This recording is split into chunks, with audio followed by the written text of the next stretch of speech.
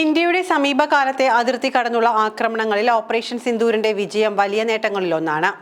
പാകിസ്ഥാനിലെ ഭീകരവാദ താവളങ്ങൾ തകർത്ത് തരിപ്പണമാക്കിയതിൽ കൃത്യമായ ആസൂത്രണവും അളന്നുമുറിച്ചുള്ള ആക്രമണ ശൈലിക്കുമൊപ്പം തദ്ദേശീയ പ്രതിരോധ ആയുധങ്ങളും പ്രധാന പങ്കുവഹിച്ചു. ഇന്ത്യൻ നിർമ്മിത ആയുധങ്ങളുടെ കരുത്ത് ലോകരാജ്യങ്ങൾ തിരിച്ചറിയാൻ ഓപ്പറേഷൻ സിന്ദൂർ ഇടയാക്കിയെന്നതാണ് വിലയിരുത്തൽ.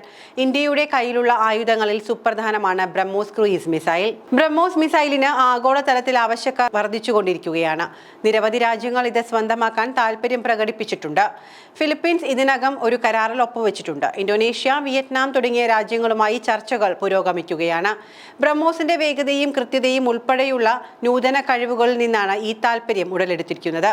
ഇത് ബ്രഹ്മോസിനെ ഒരു ജനപ്രിയ ആയുധ സംവിധാനമാക്കി മാറ്റുകയാണ്.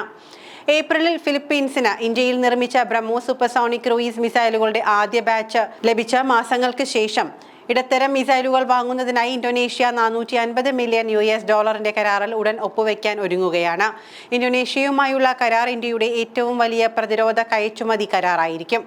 ബ്രഹ്മോസിനോടുള്ള താൽപര്യം വർദ്ധിച്ചു നിൽക്കുന്ന സാഹചര്യത്തിലാണ് ഈ നീക്കം. വിയറ്റ്നാം, മലേഷ്യ തുടങ്ങിയ മറ്റ് തെക്ക് കിഴക്കൻ ഏഷ്യൻ രാജ്യങ്ങളും ബ്രഹ്മോസിൽ താൽപര്യം പ്രകടിപ്പിച്ചിട്ടുണ്ട്.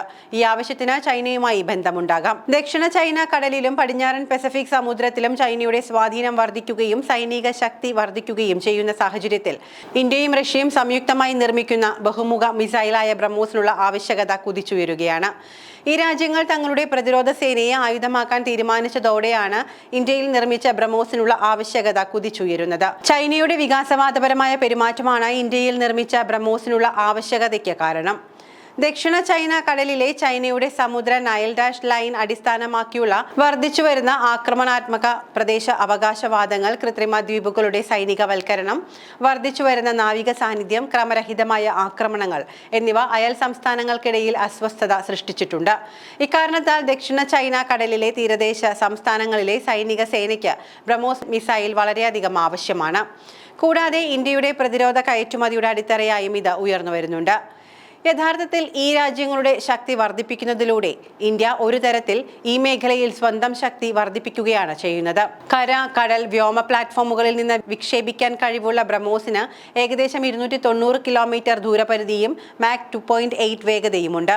ഇത് പ്രതിരോധ സേനയ്ക്ക് ഏറ്റവും ഇഷ്ടപ്പെട്ട മിസൈലായി അങ്ങനെ മാറുന്നു.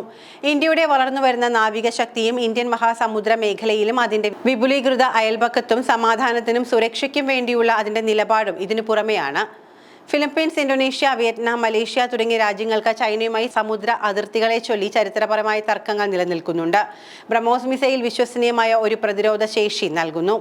മിസൈലിന്റെ കൃത്യതയും വേഗതയും ചൈനീസ് നാവിക കര ഭീഷണികൾക്കെതിരെ പ്രതിരോധിക്കുന്നതിനുള്ള ഫലപ്രദമായ ഉപകരണമാക്കി മാറ്റുന്നു. ചൈനയുടെ ഭീഷണി നേരിടാൻ ഫിലിപ്പീൻസിനെ ബ്രഹ്മോസ് സഹായിക്കും.